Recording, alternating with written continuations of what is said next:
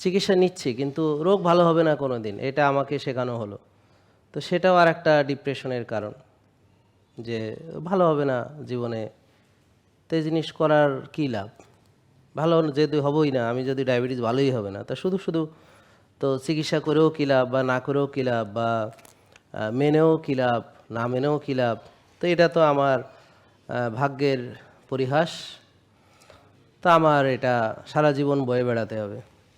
বা আপনার প্রেশার হয়েছে, আপনার বলা হলো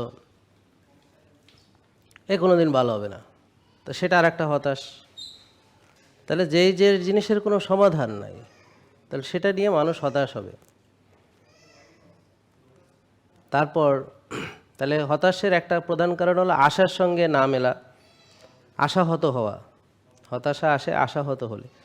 তা আপনার আশা ছিল আপনি কিছু একটা হবেন বা কিছু করবেন, মানে জীবন সম্পর্কে সবার একটা ধারণা থাকে, আশা থাকে, কিন্তু সেটা হলো না, তখন আপনারা হতাশায় নিমজ্জিত হবেন।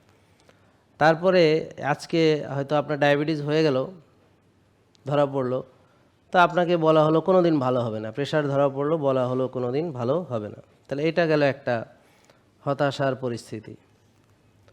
এরপর ভালো হচ্ছে না তো ঠিক আছে, কিন্তু দিন দিন আপনার স্বাস্থ্যের অবনতি হচ্ছে, ওষুধের উন্নতি হচ্ছে, রোগের উন্নতি হচ্ছে, কিন্তু স্বাস্থ্যের অবনতি হচ্ছে, তাহলে আপনি বুঝতেই পারছেন যে এটার গ্র্যাজুয়ালি আপনি ডিটেরিয়েট করছেন। তাহলে তার মানে ভবিষ্যৎ আপনার চিন্তা যে না, এটা ভবিষ্যতে কোনো আশা নেই, অন্ধকার, অমানিসা, তো তাহলে আপনার খুশি হওয়ার কোনো কারণ নেই, কারণ আপনি দিন দিন খারাপ হচ্ছেন।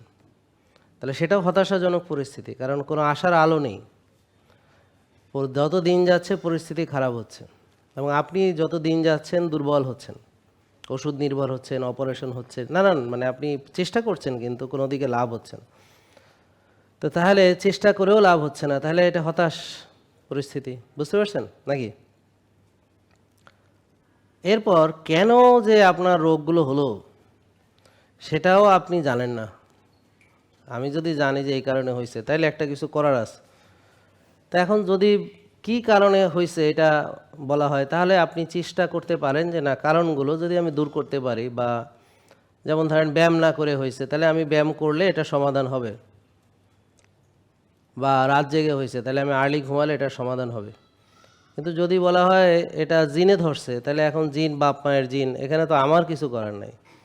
আমার বাপ মার জিনে আমারে ধরছে, হ্যাঁ ডায়াবেটিস ছিল, আমার হয়েছে, আর প্রেশার ছিল, এটা জিনের দোষ, বংশের দোষ, আমি এই ফ্যামিলিতে জন্ম নিছি, এটাই আমার অপরাধ।